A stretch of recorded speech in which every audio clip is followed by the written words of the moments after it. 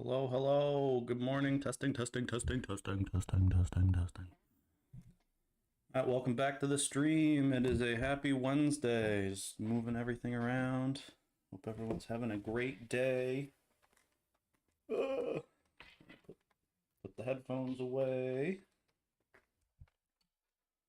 And then we'll get started.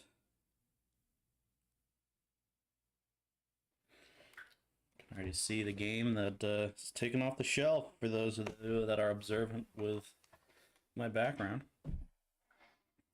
All right, back to business as usual. Those that are new tuning in for the first time, my live stream is formatted where my goal is to get 3 YouTube videos out of it. And so we'll start by talking about a game of the day, and then we'll move into adding a random mechanic to said game, and then we'll finish with a 5-minute brainstorm. I don't know how the lighting is today. We'll go with it. Ugh. Hopefully I don't unplug it. All right, let's get things off with a great start. Hi, welcome back to the channel. Today we're going to talk about Scythe and discuss my favorite mechanics in the board game. This is not a rules overview or a rules teach. We're just going to highlight the game mechanics in Scythe that I find very enjoyable and talk about some of the reasons why it gets to the table so often. So a quick overview is Scythe looks on the surface to be a dudes on a map style battle skirmish game, but it's really actually an action efficiency engine racing game, because in any given game of Scythe, I believe there's like 9 or 10 different objectives that you can try to satisfy, and once you've completed those objectives, you'll place a star on it showing that you've completed it, and the first person to place all 6 of their stars on that section of the game board will trigger the end of the game. And then you'll score points based on your stars placed, areas that you control, and resources that you have at the end of the game, multiplied by a multiplier depending on where your popularity ends on the popularity track. And so that, in a nutshell, is the core structure of the game. And I'm going to focus on the modular player boards today because I think that that puzzle that you get set up with is so cool. And so we'll start with the bottom portion of the board, or this part of the board. I don't know, I usually will play with the game top bottom, so I traditionally know the bigger board as the bottom. I don't know what that is in the rules, but as you can see, each board is broken into 4 different sections where there's a dividing line. And so all of the player boards, which in the base game there are 5, have the same bottom actions associated to them, and the top 4 actions, while the same, are located in a different place. And how the core loop of the game works is at the first start of the game, you'll place your pawn onto the player board somewhere and take that action. And when it comes back to being your turn, after everyone else has taken a turn, you move this pawn to one of the 3 spaces that's not currently on to take that action, rinse and repeat. And so at any given time, you'll not be able to take the action you just took previously, and your decision will be to move it into one of 3 places. And I find that cool because it makes the turns quick, because there's not a lot of finickiness to adjusting and moving things. It's just move the pawn, take the action, is one of the reasons I like it. Also, if you look at the it's a dual layered player board, and for those of you who don't know what that is, it means it's just 2 layers of cardboard adhered together. And so at the start of the game, you'll have these cubes that start on the top section of the player board, covering certain bonuses. Along with that, you'll also have these buildings where you have the monument, the armory, the mine, I think it's the mine, yep, and the mill. So you'll start with your player board seated with all these wooden pieces, as well as down at the bottom you'll have these discs covering 4 actions on the bottom. And so to explain more thoroughly, when you take the top action, I'll use a separate player board to use as my visual aid so I don't mess up all that hard work I just did. Not really hard work, but you'll take the top action and you will gain the benefit of what is in the green space. And then if you can afford to pay the red spaces in the bottom action, you'll be able to take that bonus action associated with it. And so at the start of the game, you'll have a lot of those green spaces on the top covered and a lot more of the red spaces on the bottom action exposed, along with the 4 buildings covering here, and you have 4 enlist tokens on the bottom. And so all of these wooden pieces right now are covering a green benefit. And throughout the course of the game, as you take either the upgrade action or you build buildings or you enlist more recruits, you'll slowly be moving these cubes from the top section to cover spaces in the bottom section that are red for the upgrade. You'll be removing these buildings and placing them out onto the main board, and then you'll be enlisting these recruits, moving them up into your top board section, covering a one-time bonus. But all of those different actions as you take them are slowly revealing some of those green benefits that started covered. And so as the game goes, you're making certain actions more and more powerful, in the sense that you can, for example, the move/gain action that we just removed a cube from, instead of moving 2 characters, we can now move 3. And while we moved that and placed the cube down here, what the building cost used to be 2 wood, we've covered, or 3 wood, we've covered 1, so now it only costs 2. And when we took that enlist action, we exposed this little benefit here that'll happen when anyone takes that enlist action. And so I'm not describing it very eloquently, but as you start taking more of these actions and upgrading and modifying your player board, the turn actions that you take get stronger and stronger.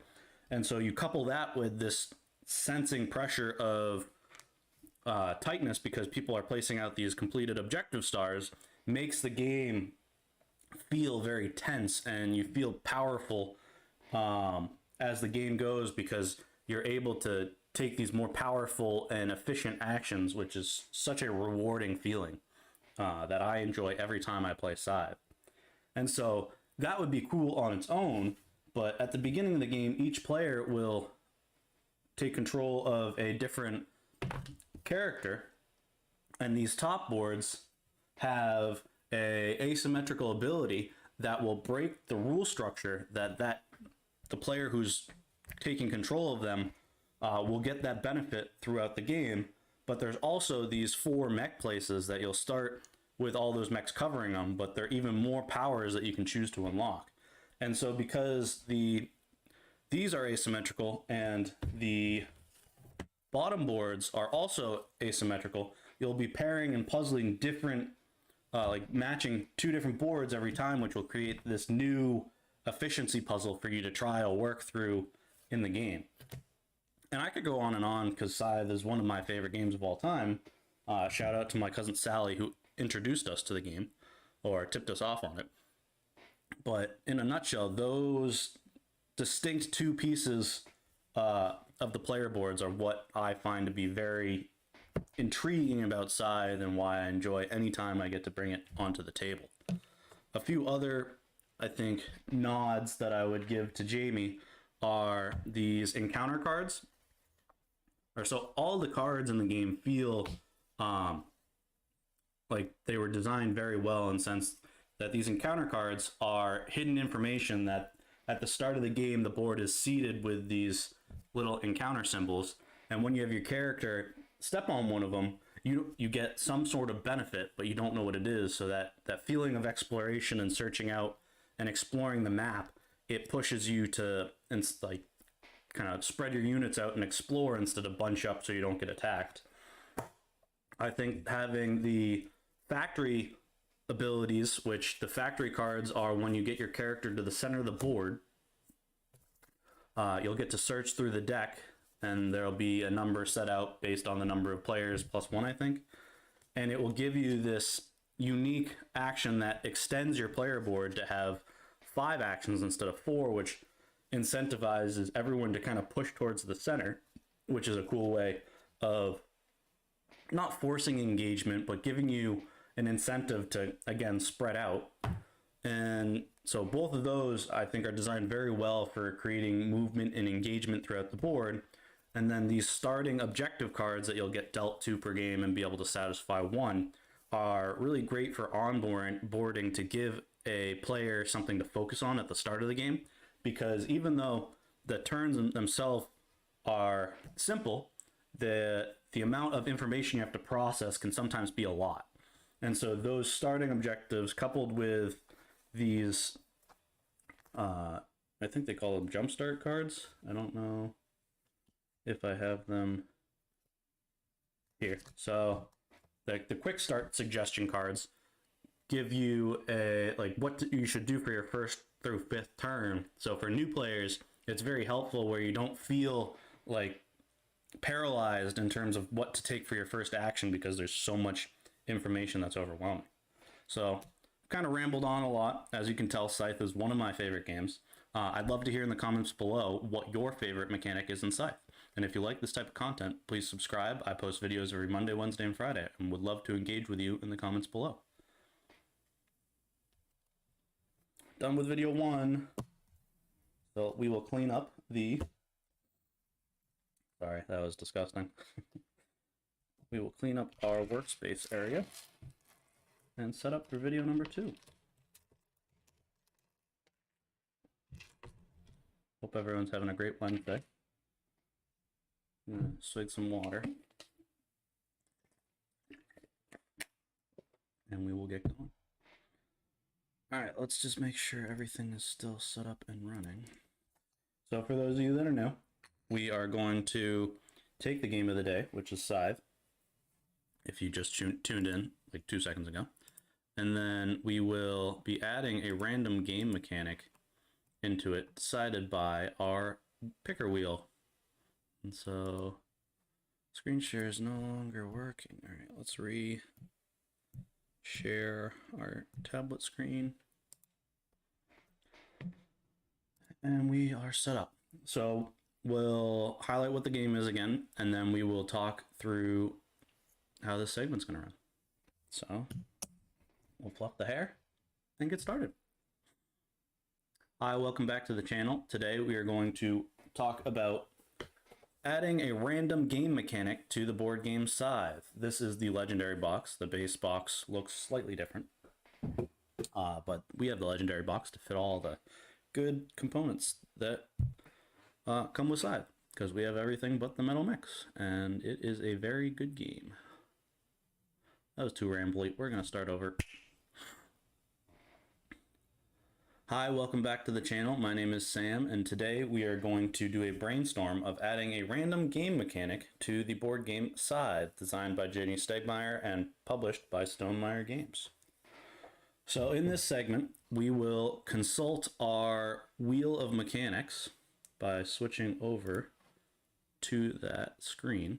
And so if you look in the top right of the screen, we have a wheel spinner that is populated with 63 different game mechanics. And once I click the spin button, we will be prompted with a random game mechanic that we have to do a design brainstorm of how we would go about adding that mechanic into the game of the day, Scythe. So without further ado, I will spin the button, click the spin button, and hope for something that is not already in Scythe.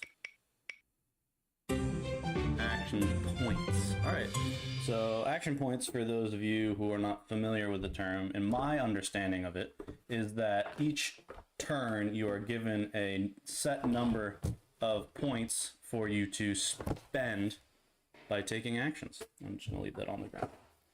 And so if we come back over into this screen, we'll shift that back a little. Hopefully that didn't cause motion sickness. But we are going to go into the pen tool, and we're going to take can't spell, action points. And our goal is to add that to Scythe. And so now we will pull up our phone and set a 5-minute timer for us to do this brainstorming. So we got our timer app open and we've clicked the button. And now we must brainstorm how to add action points to Scythe. And so this would probably remove the move your pawn and choose action, or we could keep it the same. And so what we would do here, and I want to preface that this brainstorm is probably going to make Scythe a less enjoyable game, but for the sake of the brainstorm session, we got to move forward with it. And so my initial thought is that you have your pawn's still here, and that has to, so on one end of it, so it'd be, instead of a pawn, more like a cylinder, and on one end it would be -0, and on the other end it would be -1 resource. And so on your turn, not only are you moving it, but you're also flipping it to the other end to take the action. And so because everyone has 5 action points, let's say, you have your little pawn, and that tracks the 5, 4, 3, 2, 1. Just check my phone real quick. So 0, 1, 2, 3, 4, 5. So you'd be able to move this little cube here to track the actions you spent this turn. But the top actions will all cost 1 to perform, and the bottom actions would all cost 2 action points to perform. And so on your turn, you would be doing the same mechanic as move the pawn and take actions, but moving the pawn on certain turns will make either action cost 0 action points to perform, and you can't perform an action more than once. And the bottom, when it's flipped to your action pawn over here, when you use it to move and it flips to the -1 resource, that would make the bottom action cost 1 less resource to perform. And so that is my quick take on how we would add an action point system to Scythe. So I'm going to pause the timer there. We were able to kind of come up with that one fairly quickly. So to recap, our challenge was to add an action point system into the board game Scythe. And how we did that was we are replacing this little pawn token with a cylinder that has -1 resource on one end and 0 action cost on the other. And we came up with the idea that not only are you moving it each turn, but you're flipping it to a new section to give you a benefit of sorts of making the actions either cheaper to perform because they wouldn't cost anything to take the action, or the bottom action costs less resources to perform when it's on the -1 resource side of the token. And so how I go about testing this is I would probably not even modify this. I would just write a little reference sheet that you would move it, and when it's face up, like standing, you would get that action space, those would be free to perform. And when it's lying on its side, that is 1 less resource. And so I would just have to create a card that would sit under the player board on its side. And I would make the 4 action, I'll switch back to the full camera. I would make the 5 action markers here, and then I would make like a 1 action point cost and a 2 action point cost on this card here. So I would provide those to sit under the board for the people helping test this mechanic concept to see if it's even enjoyable.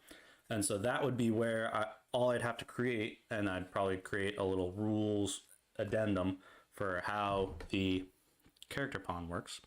But once I made all of those cards, I would find a group of people that know the game Scythe and say, hey, I have this house rule concept that I wanted to test just to see how an action point system would work with a game like Scythe. Would you be willing to teach it or play it? And if there was at least one person that was willing to play, I would kind of give them the rules explanation of what this card would be, or not this, but the action point card. And then we play a normal game of Scythe like that and see how that action point system seems to play, if it was fun or not, and we would go from there. I'd love to hear in the comments below if you had a better idea of how you could add action points into Scythe. And if you like this kind of brainstorming content, please subscribe. I post videos every Monday, Wednesday, and Friday, and look forward to engaging with you in the comments below. Video 2 done. If we got any live viewers, say hi, YouTube. Hi, YouTube. Oh, we got 1 live viewer. Woo! All right, time for the final video. So let's go over here. Boom. All right, final video is similar to the one we just did, where we will be using the tablet to do some sort of brainstorming, timed brainstorm design for a game, just to get those creative juices flowing. And so I'll do the same sort of intro, and then we'll jump right into it.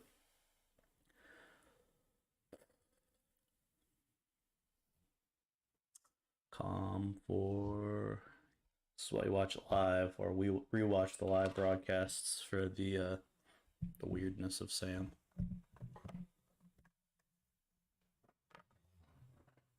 Oh, strange.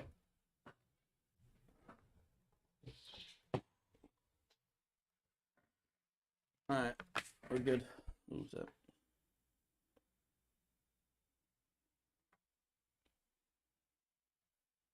All right, last video. Hi, welcome back to the channel. My name is Sam, and today we are going to be brainstorming a board game concept in 5 minutes or less. So if you're new to this style of video, we will walk you through it. So what we have here is in the top right corner of the screen, we have this game idea generator from letsmakeagame.net. And what it does is it will randomly generate a genre, a rule, a setting, and a theme for us as a prompt to design around. And so once we click the generate button, I will be setting my phone timer for 5 minutes, and we will see at the end of the 5 minutes what we came up with a game as a game concept. So without further ado, let's generate the idea. So our genre is a VR or sandbox style game. The rule is there's no enemies. The setting is space opera, and the theme is technology gone nuts. And that is what we got to work with today. So I'll set the timer for 5 minutes, and we'll see how long it takes for us to get an idea. All right, so we got a sandbox style game. And so that means that it's got kind of this open world. I think this feels like Xia almost, but there are enemies. So Xia is a space exploration game that is sandbox style. And for those of you who aren't familiar with the term sandbox, it's essentially you have, from all the ones I've played at least, you have a set number of actions you can take on your turn. So we'd say there's 3 actions. And then you would be picking from this laundry list of different things you can do in the game. And some of them cost 2 action points, some of them would only cost 1, but you have sort of just the world map itself is open. You can kind of do what you want, and most of them have some form of victory point condition. And so for our sandbox game, we are trying to launch the space station, I guess. I don't know. Space opera is sort of like Star Wars and things like that. No enemies though. So I think this would be interesting to test some sort of mechanic, as like there's this growing black hole maybe that starts sort of at the center of town, or the center of the universe. And so at the beginning of the game,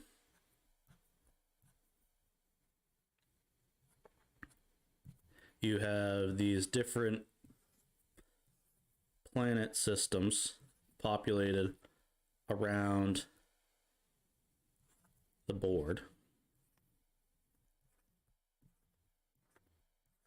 And so each of these represents a location that has some sort of action associated to it.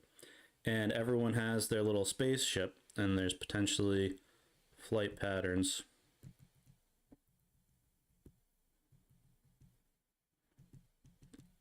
Sort of like this. Okay, I guess so something like that. We would kind of make that for all of the planets so that you can potentially get from here to any one of these 6 planets on your turn, from if your ship is there. And there's probably some like asteroid actions that are like one-off modification things, but you'd have this board that's populated randomly at the beginning of the game that are, I'm thinking sort of like Nemesis, where there's a bunch of actions associated to them, but they're randomized. What other games have randomly generated locations? I'm wasting too much time. I'll finish this up. But what happens is at the end of every 2 rounds, or potentially anytime there is a crossing of the, how would we do this?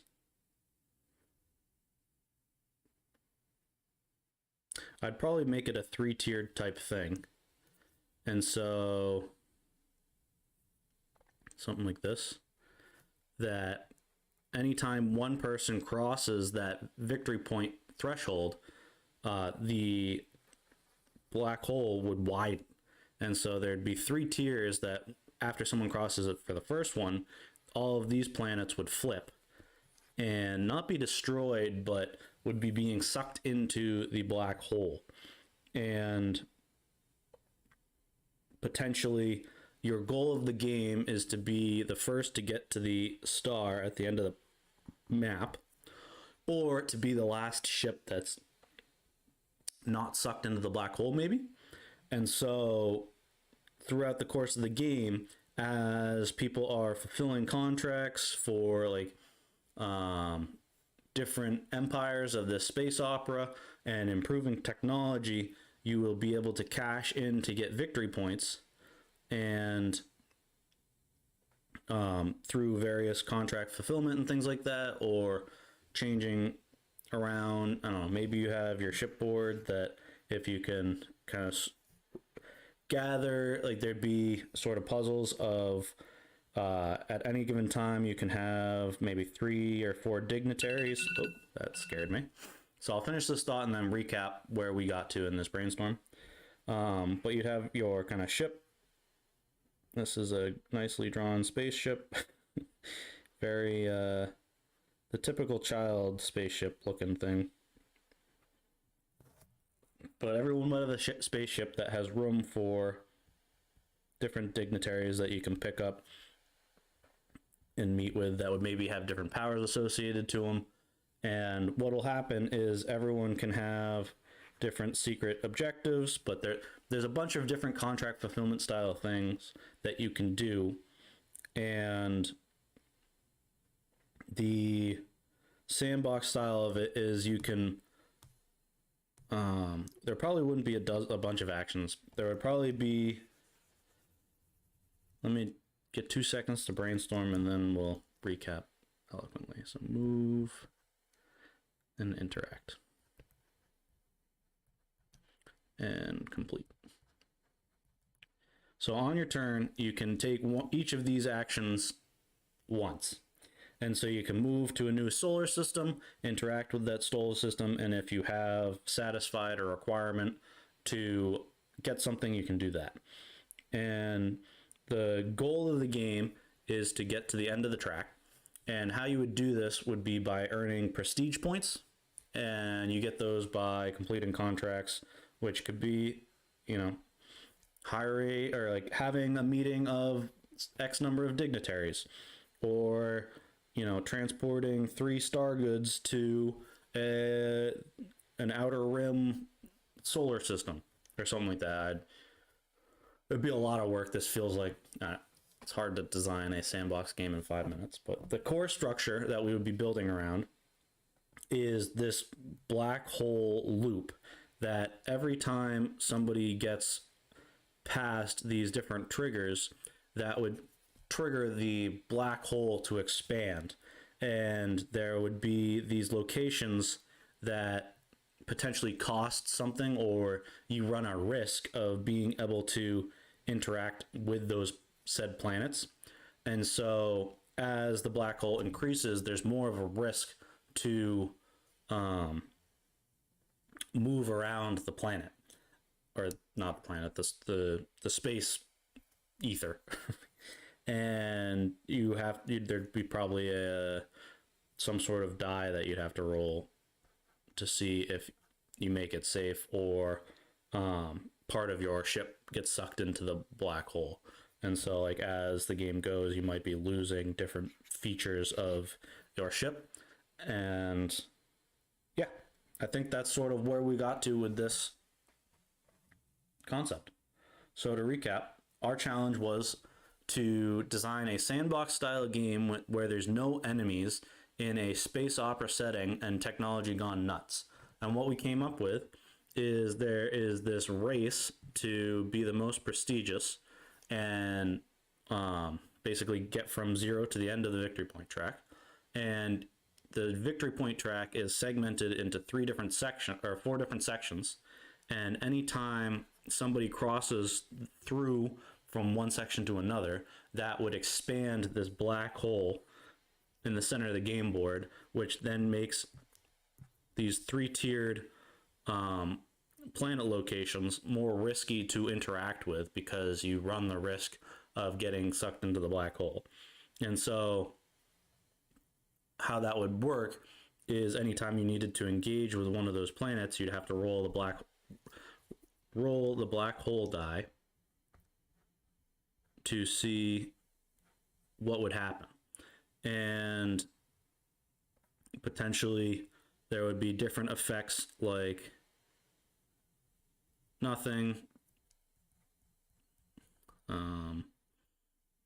part of the ship gets sucked into the black hole, which would then cause you to lose that portion of your ship's usage. Potentially part of ship you get to pick.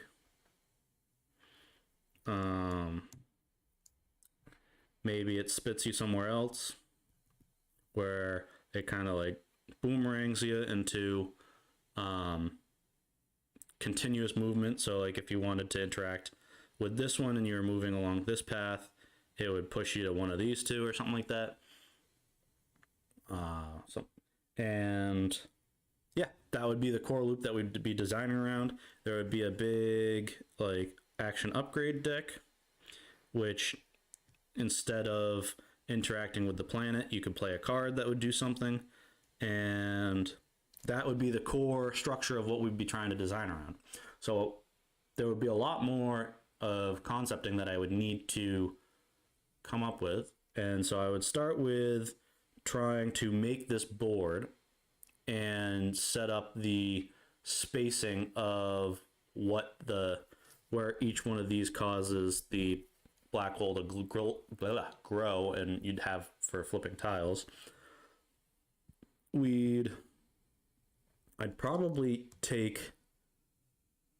I'd build off of games that already exist in this space. So one of the games that I'm thinking of is Vindication, has sort of this randomly generated tile structure, and same with Nemesis, where that also has some, both are in our same cubby right up there, which we'll talk about in a future episode. But I take both of those and use those locations as reference to like scatter out actions that could be performed in this game, and then I need to come up with some action deck and the contract style fulfillment. I think we determined that there would be different dignitaries that you can gather in the game, and then there'd be different supply. So there'd be people and supply that would populate as like the resources of the game. And so there'd be pools of, I'd probably pick 3 different types of people and 3 different types of supply to start with. So these would be the supply, and these would be the people.